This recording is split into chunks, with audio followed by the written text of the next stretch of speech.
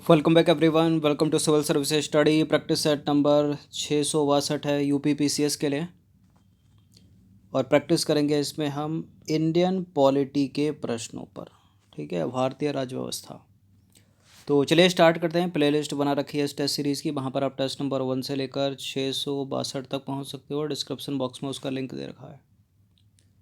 तो question number 1 का answer करिए। तो भारत की संप्रभुता से रिलेटेड कुछ स्टेटमेंट है यहाँ पर। भारत राष्ट्रमंडल का सदस्य है और राष्ट्रमंडल की सदस्यता के कारण भारत की संप्रभुता कम हो जाती है। बिल्कुल, भारत राष्ट्रमंडल का सदस्य है और वर्तमान में राष्ट्रमंडल में जो है 54 सदस्य देश हैं और राष्ट्रमंडल की सदस्यता के कारण भारत की संप्रभुता कम नहीं होती। गलत है दूसरा वाला स्टेटमेंट, ब्लंडर मिस्टेक है, पहला वाला सही है। तो भारत राष्ट्रमंडल का सदस्य है लेकिन इसके कारण भारत की संप्रभुता कम नहीं होती। राष्ट्रमंडल वास्तव में कोई वैधानिक संगठन नहीं है, बल्कि इसके सदस्यों के पारस्परिक सहयोग व सद्भावना पर आधारित मानवीय संगठन है। राष्ट्रमंडल के सभी सदस्य राष्ट्र स्वतंत्र और समान हैं तथा ब्रिटिश सम्राट के प्रति निष्ठा जैसी कोई शर्त या आवश्यकता नहीं है। वर्तमान में राष्ट्रमंडल सदस्य देशों की संख्या 54 है और मालदीव जो है राष्ट्रमंडल का 54वां सदस्य देश है, याद रखिएगा। भारत एक गणतंत्र है, क्या मतलब इसका? भारत एक गणतंत्र है, इसका मतलब क्या है? भारत राज्यों का संघ है, भारत में वंशानुगत शासन नहीं है, भारत में संसदीय शासन नहीं है, सभी मामलों में अंतिम अधिकार जनता के पास है। क्या अर्थ है? भारत एक गणतंत्र है, इसका अर्थ हुआ भारत में वंशानुगत शासन नहीं है, यानी जनता का शासन है भारत में। तो देखिए, गणतंत्र का आशय है कि राष्ट्र का प्रधान जो है निर्वाचित होता है, ठीक है, प्रत्यक्ष या अप्रत्यक्ष रूप से, वह वंशानुगत नहीं हो सकता। और भारत में राष्ट्र का प्रधान अर्थात राष्ट्रपति का निर्वाचन जन प्रतिनिधियों द्वारा किया जाता है। इस प्रकार भारत एक गणतंत्र है। क्वेश्चन नंबर 3 पर जी, भारतीय संविधान के विषय में कथन है। कथन क्या है? भारतीय संविधान अधिक कठोर और अधिक लचीले के मध्य एक अच्छा संतुलन स्थापित करता है। किसका कथन है? यह शब्द किसने कहे? डॉक्टर अंबेडकर? नहीं। मदन मोहन मालवीय? नहीं। N.A. पालकीवाला? नहीं। K.C. Wheare? Option number B. तो भारतीय संविधान की संशोधन प्रक्रिया के संदर्भ में भारतीय संविधान के लिए उपरोक्त कथन K.C. वियर का है। नंबर 4 पर आ जाइए। निम्नलिखित में से कौन सी भारतीय संविधान की प्रमुख विशेषता नहीं है? संसदात्मक सरकार है, स्वतंत्र न्यायपालिका है, अध्यक्षात्मक सरकार है, संघात्मक सरकार है। अध्यक्षात्मक सरकार थोड़ी है भारत में, ये तो अमेरिकी संविधान की विशेषता है। तो भारतीय संविधान में संसदात्मक सरकार का प्रावधान है। यह प्रावधान ब्रिटेन के संविधान से लिया गया है। अगर अध्यक्षात्मक शासन प्रणाली की बात करें तो अमेरिका के संविधान की प्रमुख विशेषता है वो, ठीक है। इसके अंतर्गत जनता सीधे निर्वाचन के माध्यम से अमेरिका के राष्ट्र प्रमुख अर्थात राष्ट्रपति को चुनती है और भारत में कैसा है? अप्रत्यक्ष माध्यम से चुनती है। यानी अमेरिका में तो सीधे राष्ट्रपति के लिए वोटिंग होती है, ठीक है, सीधे। इंडिया में क्या है? इंडिया में कुछ खास लोगों को सामान्य लोग चुनते हैं, ठीक है, फिर ये खास लोग मिलकर जो है राष्ट्र प्रमुख को चुनते हैं। क्वेश्चन नंबर 5 पर आ जाइए। निम्नलिखित में से कौन सा संवैधानिक लक्षण भारतीय परिसंघ और अमेरिकी परिसंघ में समान रूप से पाया जाता है? बताइए। भारतीय परिसंघ और अमेरिकी परिसंघ में समान रूप से एकल नागरिकता भारत में है लेकिन अमेरिका में तो दोहरी है ना, तो ये नहीं होगा। संविधान में 3 अनुसूचियाँ केवल भारत में, अमेरिका में नहीं है, ठीक है। और न्यायपालिका की द्वैधता, द्वैधता तो नहीं है भारत में न्यायपालिका की, गलत है ये भी। संविधान के निर्वाचन के लिए परिसंघ या सुप्रीम कोर्ट यहाँ भी है, यहाँ भी है। तो भारतीय संविधान के प्रमुख संवैधानिक लक्षणों और अमेरिकी परिसंघ के संविधान के प्रमुख संवैधानिक प्रावधानों या लक्षणों के अंतर्गत उपरोक्त प्रावधानों में से संविधान के निर्वचन के लिए परिसंघ या सर्वोच्च न्यायालय की व्यवस्था की गई है। इसके अंतर्गत संविधान से संबंधित किसी भी निर्णय की उचित व्याख्या का अधिकार सुप्रीम कोर्ट को प्रदान किया गया है, दोनों में, यूएस और इंडिया। निम्नलिखित उद्देश्यों में से कौन सा एक भारत के संविधान की उद्देशिका में सन्निविष्ट नहीं है? मोस्ट इम्पॉर्टेंट है ये प्रश्न, कई कई बार पूछा गया है अलग अलग तरह से। तो 3 प्रकार का न्याय है, याद रखिएगा, हमेशा की तरह बताया कई बार। 5 प्रकार की स्वतंत्रता और 2 प्रकार की समता या समानता। तो अभिव्यक्ति की स्वतंत्रता, विश्वास की स्वतंत्रता, विचार की स्वतंत्रता, ठीक है, धर्म की स्वतंत्रता और उपासना की स्वतंत्रता, 5 प्रकार की स्वतंत्रता है। सामाजिक, आर्थिक और राजनीतिक न्याय है, राजनीतिक स्वतंत्रता नहीं है। तो भारतीय संविधान की उद्देशिका में या प्रस्तावना में या प्रियम्बल में सामाजिक, आर्थिक और राजनीतिक न्याय है। विचार, अभिव्यक्ति, विश्वास, धर्म और उपासना की स्वतंत्रता है। प्रतिष्ठा और अवसर की समानता है, याद रखना, ठीक है। तो राजनीतिक तो न्याय है, तो राजनीतिक स्वतंत्रता तो है नहीं, इसलिए एलिमिनेट है सी वाला। देखिए, भारतीय संविधान की उद्देशिका प्रस्तावना में भारतीय राज्य व्यवस्था के स्वरूप, उद्देश्य एवं आदर्श का वर्णन किया गया है। और आपको याद रखना है कि 42वां संविधान संशोधन जो 1976 में हुआ था, उसमें प्रस्तावना में समाजवादी, पंथ निरपेक्ष और अखंडता शब्द जोड़े गए।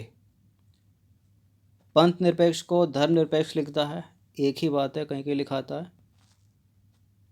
नंबर 7 पर आ जाइए। भारत के संविधान के निर्माताओं का मत निम्न में से किसमें प्रतिबिंबित होता है? यह प्रश्न कई बार देखा होगा अपने टेस्ट सीरीज में। इसका उत्तर क्या है? एक एक प्रश्न को एग्जाम में कई कई तरीके से पूछा गया है, ठीक है। यहाँ प्रस्तावना लिख के सेम ऑप्शन वैसे, यहाँ उद्देश्य का लिख दिया सेम ऑप्शन वैसे, ठीक है। तो देखिए, नेहरू द्वारा संविधान सभा में प्रस्तुत उद्देश्य का संकल्प में जो आदर्श बताए गए हैं, उन्हें ही भारतीय संविधान की उद्देशिका के रूप में शामिल किया गया है। इसे संविधान की कुंजी कहा गया है। देखिए, उद्देशिका या प्रस्तावना के अनुसार संविधान के अधीन समस्त शक्तियों का केंद्र बिंदु अथवा स्रोत भारत के लोग ही हैं। प्रस्तावना या उद्देशिका को न्यायालय द्वारा प्रवर्तित नहीं किया जा सकता, ठीक है, याद रखिएगा।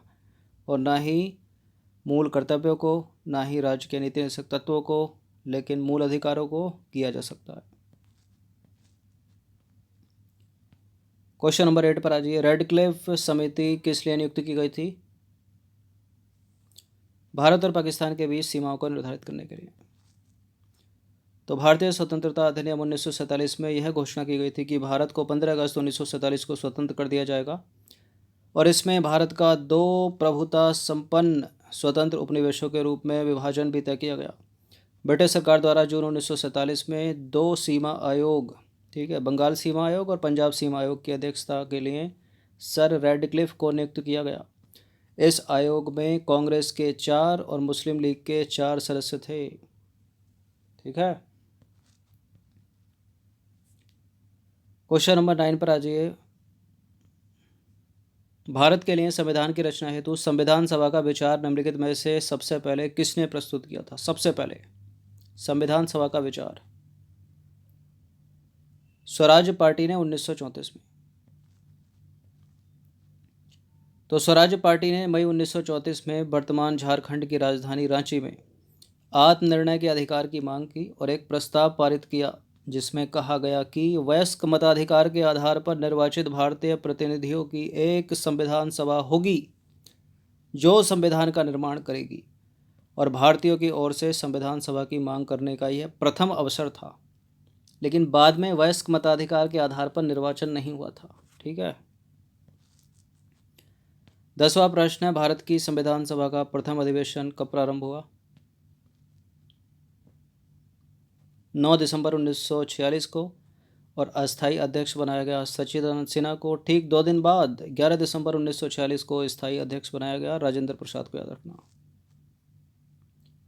तो संविधान सभा का प्रथम अधिवेशन 9 दिसंबर 1946 को, ठीक है। और अस्थायी अध्यक्षता किसने की थी? सच्चिदानंद सिन्हा ने।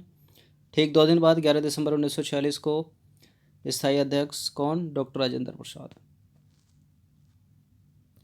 क्वेश्चन नंबर 11 पर आ जाइए। संविधान सभा के सम्मुख संविधान की प्रस्तावना का प्रस्ताव किसने रखा था? संविधान सभा के सम्मुख संविधान की प्रस्तावना और उद्देशिका का प्रस्ताव रखा था पंडित नेहरू ने।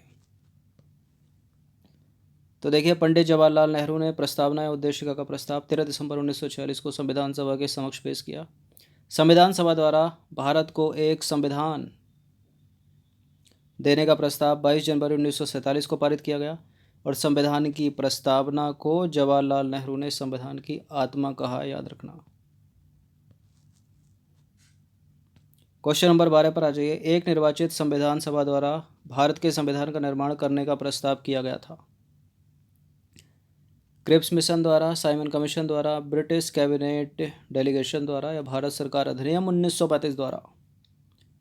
एक निर्वाचित, एक एक शब्द पर ध्यान दीजिएगा, एक निर्वाचित संविधान सभा द्वारा संविधान के भारत के संविधान का निर्माण करने का प्रस्ताव किया गया था क्रिप्स मिशन द्वारा। तो ध्यान से सुनिएगा, इंपॉर्टेंट एक्सप्लेनेशन। देखिए, भारतीय राष्ट्रीय कांग्रेस ने आधिकारिक तौर पर पहली बार 1935 में एक संविधान सभा की मांग की थी। यह विचार एम.एन. रॉय के दिमाग की उपज था। ठीक है। कुछ समय के बाद ब्रिटिश सरकार ने वर्ष 1940 के अगस्त प्रस्ताव में कांग्रेस की इस बात को माना था और अंततः हुआ क्या, वर्ष 1942 में क्रिप्स मिशन के तहत कांग्रेस की इस मांग को स्वीकार कर लिया गया। ठीक है, क्रिप्स मिशन प्रस्ताव के द्वारा। ठीक है। और कुछ सालों के बाद कैबिनेट मिशन योजना के तहत संविधान सभा नवंबर 1946 में अस्तित्व में आई। तो उत्तर वहाँ क्या हो जाएगा अपना यहाँ पर, क्रिप्स प्रस्ताव या मिशन 1942। क्वेश्चन नंबर 13 पर आ जाइए। भारत के संविधान का प्रारूप तैयार करने वाली संविधान सभा के सदस्यों को किसके द्वारा चुना गया था? ब्रिटिश प्रांतों की विधानसभाओं द्वारा।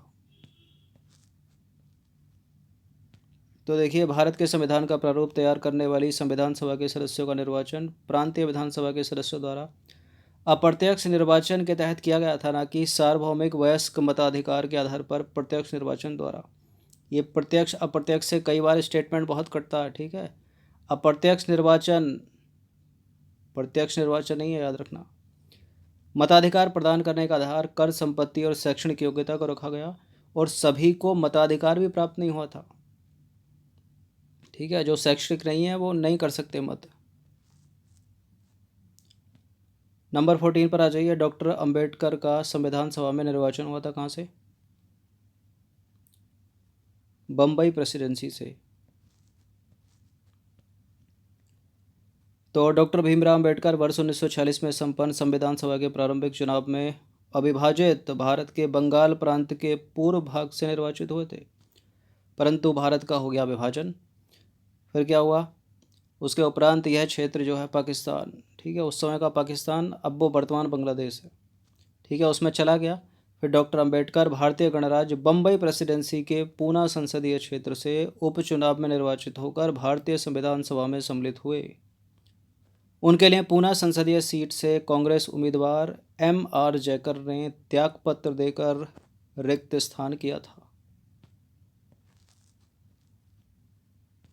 क्वेश्चन नंबर 15 पर आज अंतिम प्रश्न है, संविधान सभा के चुने हुए स्थायी सदस्य कौन थे? तो आपको याद हो कि 11 दिसंबर 1946 की वो डेट स्थायी अध्यक्ष था राजेंद्र प्रसाद के पास, और 9 दिसंबर 1946 2 दिन पहले अस्थायी अध्यक्ष था सच्चिदानंद सिन्हा के पास। तो संविधान सभा की पहली बैठक हुई थी 9 दिसंबर 1946 को। अस्थायी अध्यक्ष कौन? सच्चिदानंद सिन्हा। ठीक 2 दिन बाद 11 दिसंबर 1946 को संविधान सभा ने डॉक्टर राजेंद्र प्रसाद को संविधान सभा के स्थायी अध्यक्ष के रूप में निर्विरोध रूप से निर्वाचित किया। ठीक है, इंपॉर्टेंट है, याद रखना। तो ये 15 प्रश्न थे इंडियन पॉलिटी के, इसकी प्रैक्टिस एक बार कर लीजिएगा। धन्यवाद।